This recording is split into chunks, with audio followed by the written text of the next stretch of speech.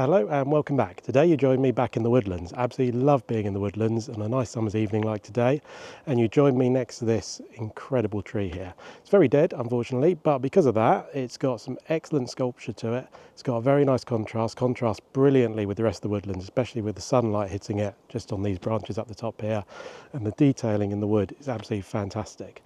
Set up a shot over that way, and we're just going to frame the tree with a few of the sort of holly bushes and a few of the leaves and things, just to give it a bit extra, really.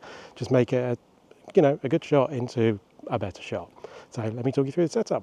Okay, so I quite like the tree on its own, especially with it being lit as it is at the moment, but in order to make it a bit better, I've framed it with these holly leaves and other leaves in the foreground. I'm going to do two shots. We're going to do one focusing on the leaves, one focusing on the tree in the background, and then we'll stitch the two together, which will hopefully just elevate the shot from being a nice shot to something, a little bit better. So let's take the shot, see what it comes out like.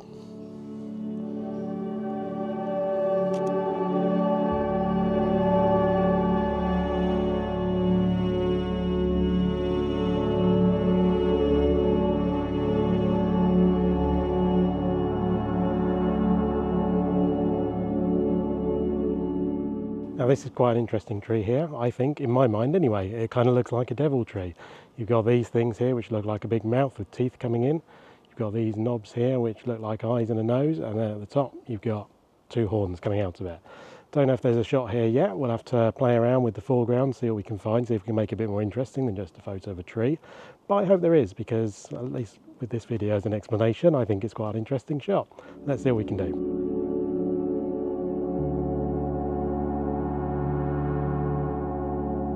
This is the shot I've ended up going with. We've got the camera set up here behind, or slightly behind, this tree in the foreground, just giving the idea that you're sort of hiding from this devil tree and that you're sort of peeking around another tree just to see what's there, and just adds another element to the photo, I think. I can't decide yet whether we're going to have this tree in the foreground in focus or whether I'd like it out of focus.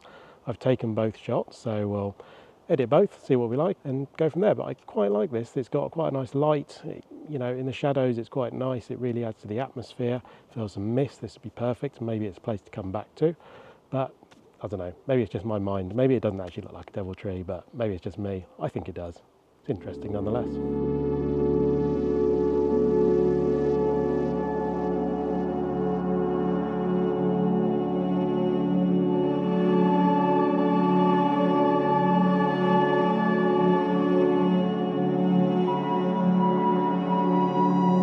So I've now relocated to a slightly different area of the forest, and this tree behind me, this one here, has really caught my eye. Don't particularly know why it's caught my eye, to be honest. I quite like the twists and turns near the top of the tree, and it's also got a slight covering of moss, which adds a bit of contrast and texture to it, which I do quite like. It's not stunning, but it's caught my eye. So I've stopped to take a photo. We're just waiting for the light, starting to get some nice golden light coming through at sunset. Now I've spent a good 5-10 minutes walking around these trees trying to get a composition set up. It's been harder than not harder than I expected. Woodland's always difficult, but I think I've managed to get something that kind of works. We've got a main tree in the foreground here, and then behind it we've got two other trees which are equally as twisted and bent and just add a bit of character to the woods. I've also got it set up with a couple of ferns in the foreground, just giving a bit of depth to the photo and just giving a bit of interest to what would otherwise be a bit boring lower down, because to be honest all the action's happening further up, but I don't really want to picture the sky because the sky's not got much detail in it. The sunset's over that side. Don't think that'll really work. So got the camera up nice and high using a 2-second timer, just take out some of the vibration because I am using the center column, and we'll see what we get. I think this might be one of the rare woodland shots where I'm not at f4 or f5.6 or something. I'm actually at f8 because I want to try and get the three trees all somewhat in focus, with the majority of the focus being on my main subject, but the others I kind of want to keep in the picture. I don't want them too blurred out, so f8 it is. The more I stand here, the more I actually really like this shot. We've got nice green leaves all around the frame, nicely framing our main subject. We've got the three trees, the main subject, and then the two in the background, which are also very pleasing to look at. The light unfortunately hasn't materialised. I don't think it's going to. Maybe it's a place to come back to at another time, but I'm really happy with this one nonetheless.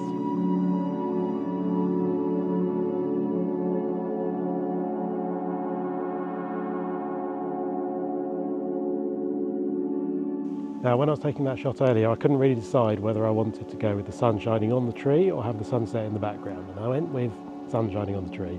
But you know what they always say? You should always turn around because half the shots will be behind you. And that's what I've done. I've come further down the path, found a new composition, and I think I prefer this to the first one, to be honest. I've got this absolutely stunning shot with the tree right there, same subject, with the sun peeking through it in the background. I've closed that aperture right down to f14 or so, and we're now getting some sun stars as it comes through the tree, and it's also making that tree, because we're now looking into the sun, a nice dark black colour, which just, I think, adds to the mystery of the photo. It ends up with this nice swirling mess of branches, which are all, you can't really see the detail anymore, they're sort of semi-concealed. It adds to the mystery of the photo.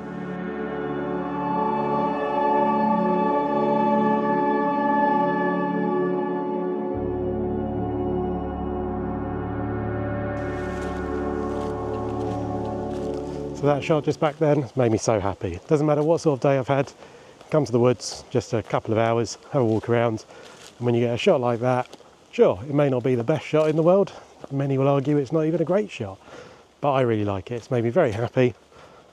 So glad I came back out here this evening, especially when you get off the beaten track, little park where there's no people, just on your own, some animals running around, sound of the birds, absolutely fantastic.